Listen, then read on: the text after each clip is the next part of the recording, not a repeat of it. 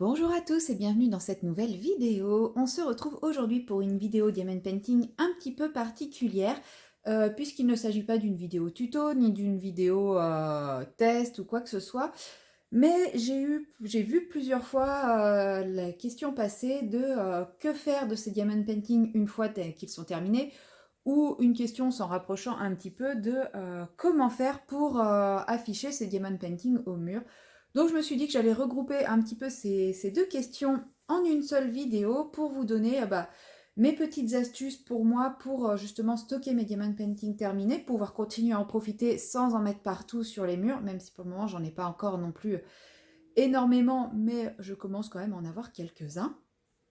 Et également, comment faire pour les afficher, pour afficher ceux que j'ai envie d'afficher et éventuellement changer au fil des saisons, au fil de mes envies, le ou les diamond painting qui sont affichés au mur.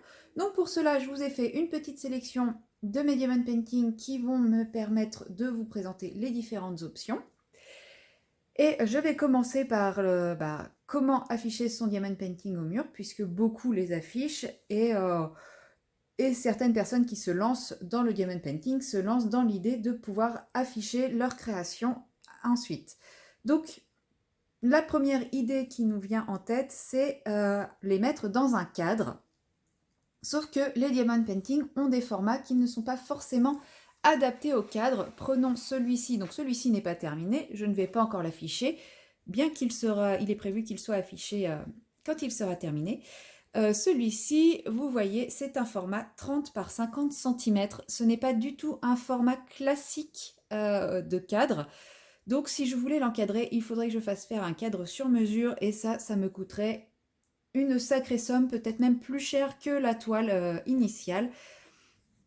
Donc clairement, celui-ci, je ne le mettrai pas dans un cadre, ou alors j'achèterai un cadre qui fasse 50 cm avec la largeur classique, et je mettrai du carton coloré autour. Alors là, j'ai pas de cadre à vous montrer pour faire ça. De toute façon, lui, il n'est pas prévu pour être en cadre. Je vous montrerai comment je prévois de l'afficher par la suite, celui-ci. Mais si jamais je voulais le mettre en cadre, soit je prendrais un cadre dans un format standard avec une taille de 50 cm et autour je mettrais du carton coloré pour agrémenter un petit peu le cadre et que ça soit moins bizarre, soit je ne prendrais simplement pas de cadre. Dans les toiles que j'ai à vous présenter, peut-être que celui-ci pourrait rentrer dans un cadre, mais voilà, c'est pareil, il est tellement grand que le cadre coûterait une fortune. Donc moi, celui-ci, je n'ai pas prévu de l'afficher en cadre. D'ailleurs, je l'ai déjà affiché à Noël. Et comme vous pouvez le voir, je l'ai déjà découpé sur les côtés. Puisque pour l'afficher, il fallait que je me sépare des côtés, mais que je garde le haut et le bas. Je l'affiche, celui-ci, avec ce genre de petit cadre magnétique. Donc là, mon cadre n'est plus assez aimanté pour me permettre de vous faire la présentation, parce que je ne sais pas si vous allez pouvoir le voir, il n'a que quelques petits aimants ici et il n'est plus très très aimanté. Donc si je vous fais la démonstration, tout va tomber. C'est pour ça qu'il n'est plus, enfin que pour le moment je n'en ai plus accroché au mur, mais en gros, on met une réglette sur le dessous comme ceci, l'autre réglette ici, les réglettes sont un petit peu sales, et ensuite on vient placer la réglette de l'autre côté. Donc moi je mets la réglette avec les nœuds dessous parce que comme vous le voyez c'est visible.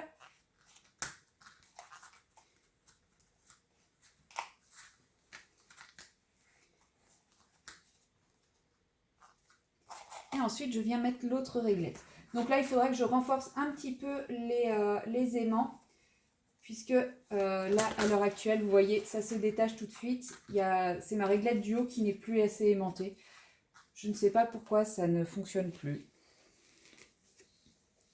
Ça a très bien fonctionné, mais maintenant si je tends trop, bon bah non, là ça refonctionne. Voilà, et comme vous pouvez le voir,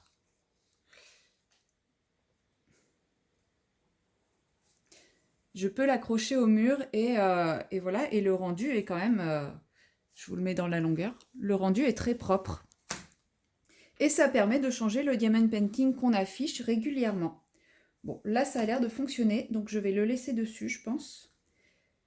Et sachant que si on veut laisser les réglettes, on peut tout simplement venir prendre sa réglette et enrouler. Alors quand on enroule, toujours diamant vers l'extérieur. Et on enroule tout simplement comme ça, et comme ça on peut venir le stocker comme on veut, où on veut.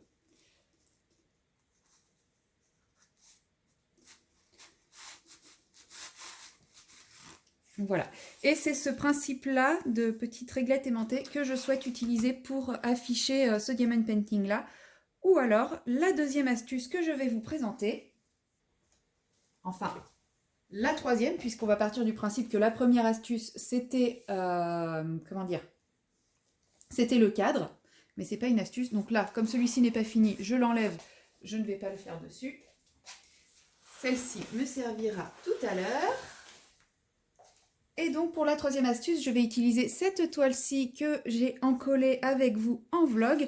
Donc le fait qu'elle ait été encollée avec la colle Cléopâtre fait qu'elle est devenue rigide, hein. Elle a perdu vachement de sa souplesse, comme vous pouvez le voir. Si j'essaye de plier, ça craque. Et ça va m'être très utile pour la fixer au mur avec ceci. Donc ceci, c'est c'est ce qu'on appelle le nanotape. C'est un scotch double face très épais, qui est réutilisable, lavable, etc., qui se décolle, qui a priori n'arrache pas la peinture. Donc ce que je vais faire simplement pour cette toile, je vous montre, celle-là, elle va être découpée, donc je ne l'ai pas encore fait, elle va être découpée vraiment tout du long, tout autour, et je vais simplement venir coller des bouts de nanotape que je vais venir fixer ici sur les angles. Et ensuite, il ne me restera plus qu'à l'appliquer directement sur mon mur. Donc voilà, je vais prendre des bouts suffisamment grands, comme ceci par exemple. Alors là, je ne le fais pas parce que je le ferai quand j'aurai terminé mes découpes, parce que j'ai pas eu le temps de le faire avant de tourner la vidéo. Mais voilà, en mettant des bandes sur des angles assez grands et pourquoi pas des renforts un petit peu au milieu, je vais pouvoir simplement après venir fixer ma toile qui aura été rigidifié par le vernicole Cléopâtre. C'est pour ça que j'ai choisi le vernicole Cléopâtre, parce que il rigidifie. Après, comme vous le voyez, il a effectivement laissé un film un peu opaque sur les diamants. Mais comme c'est de l'acrylique, c'est pas très grave parce que c'était déjà moins brillant. Et du coup, bah voilà, imaginons que la table ce soit mon mur. Il ne me restera plus qu'à venir fixer en appuyant tout simplement les endroits où j'ai mis le nanotape pour venir coller ma toile au mur, et elle tiendra sans aucun problème. Donc voilà pour mes 3 petites astuces pour afficher les diamond painting au mur. Donc le nanotape sans aucun cadre, trou, clou ou quoi que ce soit. Très pratique quand on n'a pas envie de faire des trous partout ou qu'on a envie de changer régulièrement sa déco. On a le cadre magnétique qui permet de changer sa déco aussi régulièrement en n'ayant toujours qu'un seul trou. Par contre, il faut bien choisir où se trouve le trou, et qui coûte quand même relativement pas très cher comparé à un cadre normal. Ils existent en couleur bois, en noir, et il me semble qu'il y a une autre couleur, mais je ne sais plus laquelle. Et bien sûr, après, il reste le cadre classique standard. Ensuite, pour les diamond painting que l'on ne souhaite pas exposer, comme par exemple celui-ci, que je trouve absolument magnifique, mais qui ne va pas du tout dans ma décoration, que ma copine n'a finalement pas récupéré.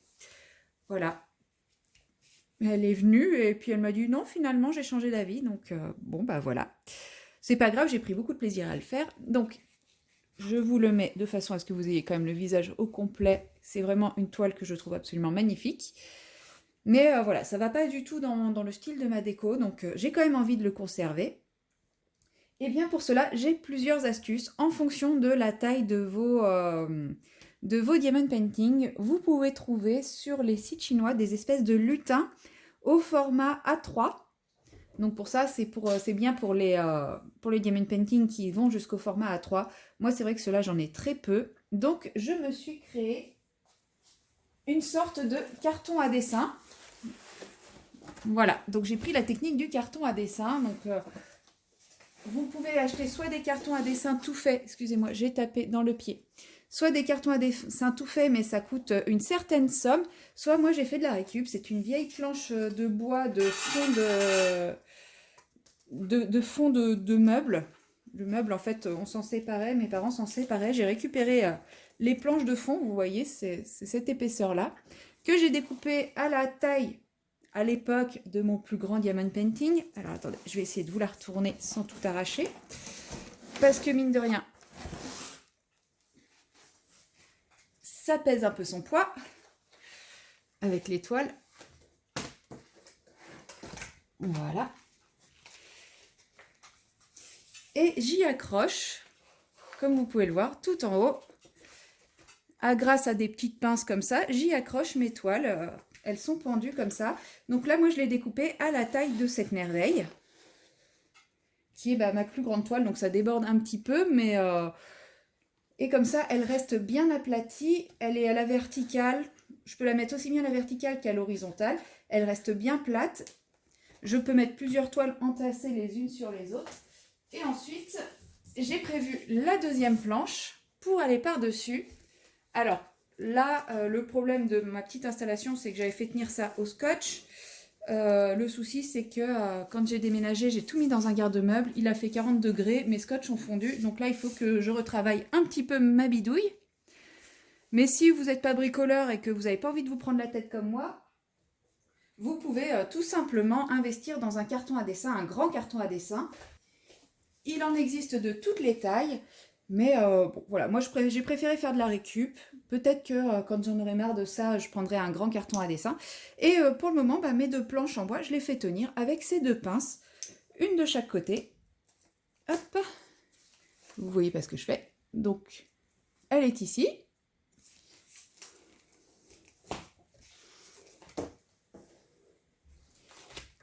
Et l'autre, de l'autre côté. Je ne sais pas si vous la verrez. Non, vous ne la verrez pas, mais elle est exactement de l'autre côté. Faut dire que là, mes toiles étant immenses, j'ai du mal à tout vous montrer en une fois là. Hop là, et ça pèse son poids. Donc, si je mets comme ça, vous voyez la première pince ici. Voilà. Et normalement, si je prends le truc comme ceci, vous voyez la deuxième pince par là. Voilà, et que ça j'ai bien shooté dans le pied. Et cette astuce me permet de garder mes toiles bien plates, protégées de la poussière, protégées de la lumière, protégées de tout ce qui peut les plier, les abîmer ou quoi que ce soit, tout en gardant un espace relativement réduit. Au final, elles sont rangées derrière une porte. Elles ne me dérangent absolument pas, elles ne prennent absolument pas de place. Et franchement, je peux en stocker je ne sais pas combien sans que ça augmente l'espace. Le souci, c'est que j'ai découpé ça aux tailles de ma plus grande toile, donc 60 par 95 cm. Et nous avons cette petite chose qui fait 80 par 75 cm, donc qui ne rentre pas dans mon fameux carton à dessin. Donc il a fallu que je trouve une astuce pour ranger ce genre de toiles qui sont encore plus grandes. Et pour cela, j'utilise un tube à dessin. Voilà, c'est réglable en taille. Donc celui-ci,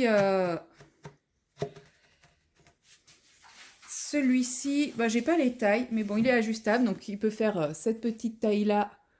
Voilà, tout comme il peut s'agrandir de tout ça. Donc il peut aller jusqu'au format A0. Et c'est exactement le format qu'il me faut pour ma toile. Vous verrez pas. Mais c'est exactement le format qu'il me faut pour ma toile. Donc tout simplement, pour la ranger, celle-ci, je la mets face retournée et je viens l'enrouler sur elle-même. Donc toujours diamant vers l'extérieur. Puisque si je l'enroule diamant vers l'intérieur, ça va resserrer l'écart entre les diamants. Et c'est ça qui va les faire complètement popper.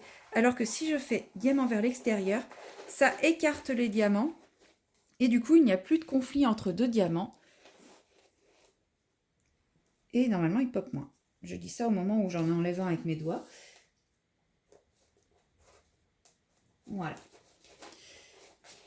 Et là, comme ça, les diamants ne vont plus se retirer. Donc là, il y a une petite poussière. J'en profite pour la nettoyer un petit peu. Hein. Et je n'ai plus qu'à l'enrouler tranquillement. Et si j'en ai d'autres, de cette taille-là que je veux ranger dans mon tube, je viendrai simplement les mettre les unes sur les autres et toutes les enrouler comme ça, les unes dans les autres. Je ne vais pas les enrouler chacune séparément puisque il n'y a pas non plus beaucoup de place, mais je peux quand même enrouler plusieurs toiles les unes sur les autres si je ne fais qu'un seul rouleau. Et voilà, comme vous le voyez, là, elle prend beaucoup moins de place. Et je n'ai plus qu'à la mettre dans mon tube. Donc comme vous voyez, je l'ai roulé bien serré. Ça glisse tout seul dans le tube. Et j'ai encore énormément de place. Hein. Et donc là, j'ai plus qu'à arranger la taille du tube à la longueur souhaitée. Voilà, et donc ma toile est pile poil, arrive pile poil en fonction du tube. Et après, je n'ai plus qu'à remettre le bouchon pour protéger de la poussière. Donc c'est la partie un peu plus... Et voilà. Donc ma toile est rangée, protégée, elle ne prend pas de place. Je peux la mettre dans un petit coin, dans un placard, dans ce que je veux. Et puis la ressortir de temps en temps, soit parce que j'ai envie de l'afficher, soit parce que j'ai envie de la montrer, ou quoi que ce soit. Voilà, ce sont mes différentes astuces pour ranger mes DP, trier mes DP, afficher mes DP. J'espère que ça vous aura donné quelques idées. Et si vous avez d'autres astuces, n'hésitez pas à me les partager en commentaire. Et moi, je vous dis à très bientôt dans une prochaine vidéo. Bye bye!